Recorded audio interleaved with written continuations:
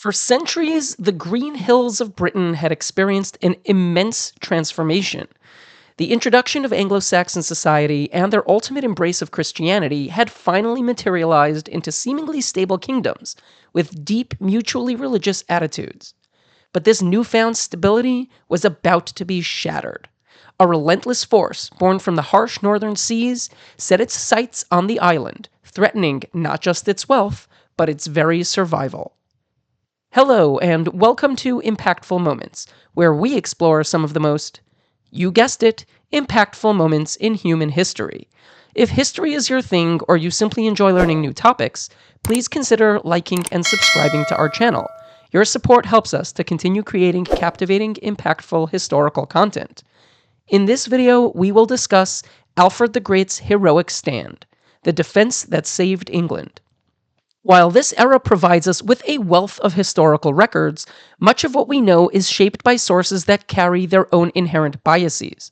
The Anglo-Saxon Chronicle, written from the perspective of those resisting the Viking incursions, often portrays them as a ruthless scourge. Meanwhile, Norse sagas, passed down through generations before being committed to writing, blend history with legend. This leaves many details, from the size of the armies at Edington to the very existence of the legendary Ragnar Lothbrok, open to debate among historians. Yet, despite these uncertainties, the clash between Alfred and Guthrum remains one of the most defining moments in English history. The 5th century saw Britain, an island off of mainland Europe, plunged into upheaval. Following Rome's withdrawal, the island fractured into disunified tribes, lacking central authority. By the mid-400s, waves of Germanic migrants, known today as Anglo-Saxons, gradually took control of Britain, forming 7 distinct kingdoms, a period referred to as the Heptarchy. As the culture stabilized, the church worked to integrate Christianity into Anglo-Saxon society, and by the 7th century, Britain was dotted with wealthy, yet unprotected monasteries, making them prime targets for raiders who saw wealth, not worship. Beginning with Lindisfarne in 793, Norse and Danish warriors, now called Vikings, launched relentless coastal raids on these religious sites. However, by the 9th century, Viking ambitions shifted from mere plunder to outright conquest and colonization. Norse and Danish strongholds emerged all across the North Atlantic, including Dublin, which became a key trade hub in 842. Back on the British mainland, this Viking expansion soon clashed with the Anglo-Saxon kingdoms. According to Norse sagas, the legendary Viking Ragnar Lothbrok was executed by King Aelle of Northumbria, who cast him into a pit of snakes. In response, Ragnar's sons, Halfdan, Ivar the Boneless, Bjorn Ironside, Sigurd Snake in the Eye, Ubba, and Hvitserk, which may have been an alternate name of Halfdan, rallied a massive Norse and Danish force, known as the Great Heathen Army. Landing in East Anglia in 865, they came not to raid, but to conquer.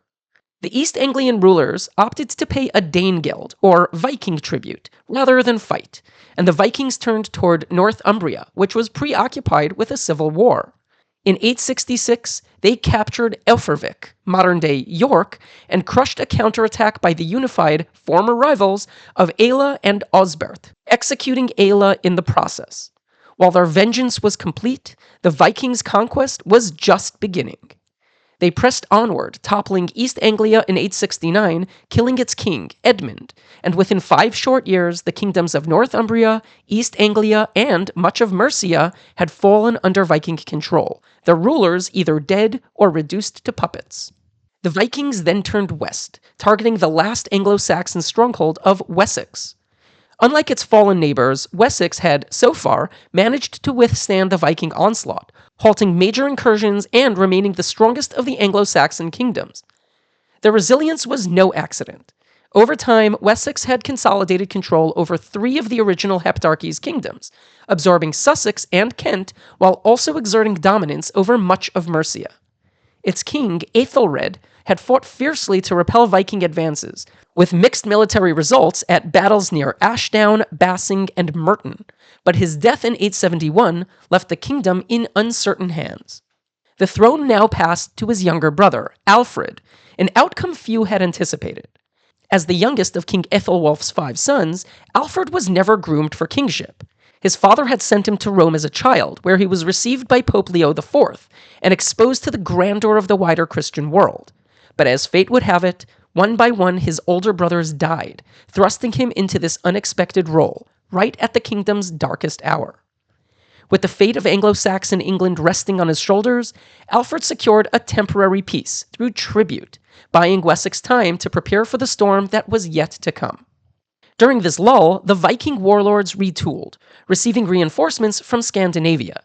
They then conquered the rest of Mercia and, possibly out of hubris and the assumption that their bolstered troops could not be beaten, divided their forces. Halfdan Ragnarsson took troops north, fighting the Pict and Welsh tribes, but also settling in Northumbria, transitioning from raider to ruler. Meanwhile, Guthrum, another Viking leader, returned to Wessex, determined to complete what the great heathen army had begun, the total conquest of Anglo-Saxon Britain.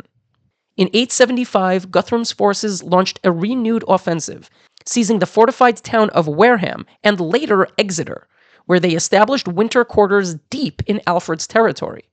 According to the Anglo-Saxon Chronicle, in one of England's most fortuitous moments, a storm in Swanage Bay off of the Dorset coast wrecked a Viking reinforcement fleet of 120 ships, tilting the advantage toward Alfred. Whether by force or negotiation, a truce was struck, prompting the Vikings to retreat to Mercia. However, this relief was short-lived. In early 878, Guthrum returned with an unexpected attack on Alfred's estate in Chippenham, likely timed to coincide with Alfred's Christmas celebrations. The assault was devastating, forcing Alfred to flee into the marshes of Somerset. With Mercia, Northumbria, and East Anglia already under Viking control, Wessex now teetered on the brink of annihilation. But there, in the swamps, reduced to the last vestiges of his once powerful kingdom, Alfred established a hidden stronghold at Athelney. From the marshes of Somerset, Alfred would remain largely absent from the historical record until Easter of 878. However, many historians believe he waged a guerrilla campaign against the Vikings, striking from the shadows to keep their forces off balance. Meanwhile, according to his biographer Asser, Wessex found an unlikely lifeline in Oda, the ealdorman of Devon. At the Battle of Kinwit, Oda's forces repelled a Viking assault led by Ubba, the last recorded living son of Ragnar Lothbrok.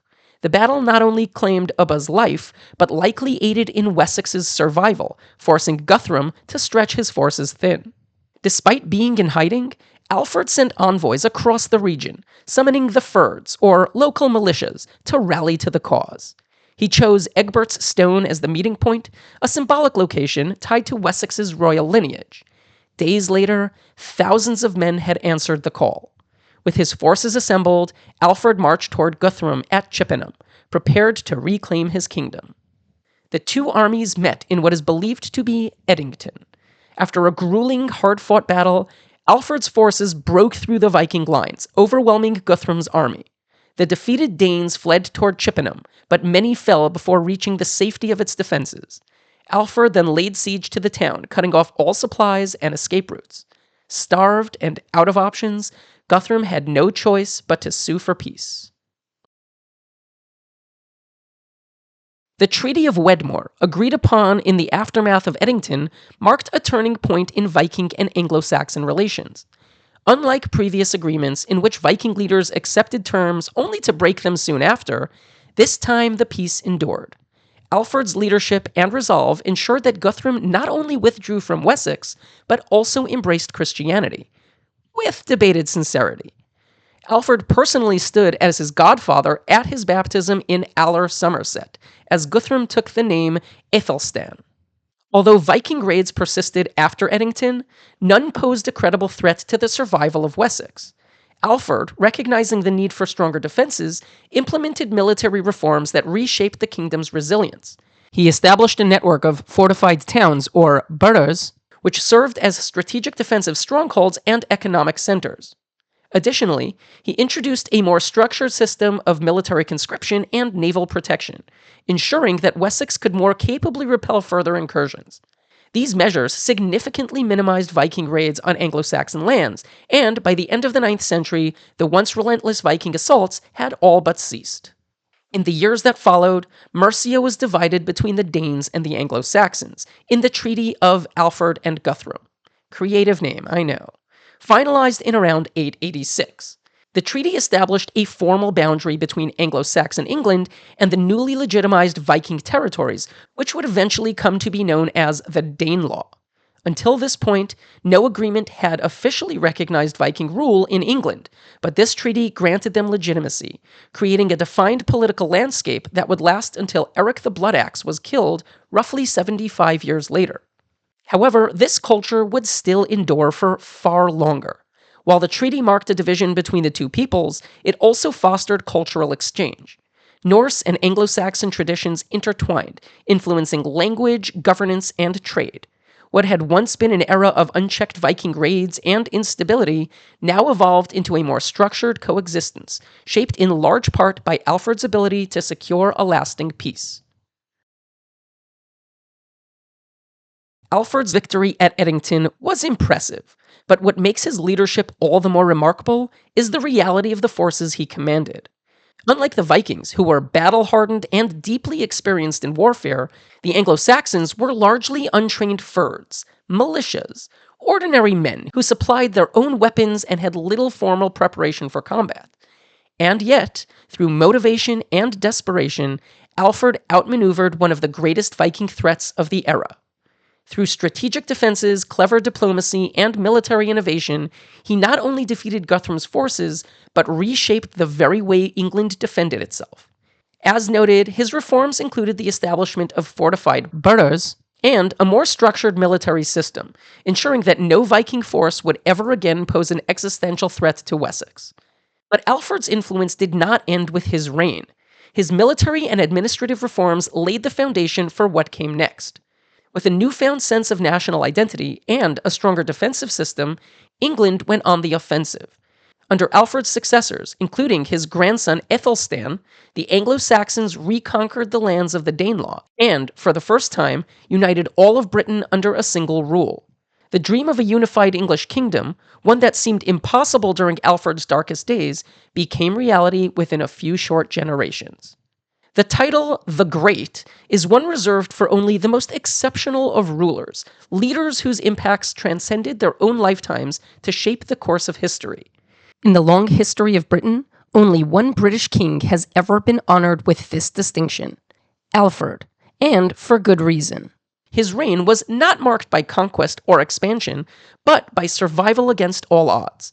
He stood as the last line of defense against Viking domination, ensuring that the Anglo-Saxon way of life endured when it seemed all but lost.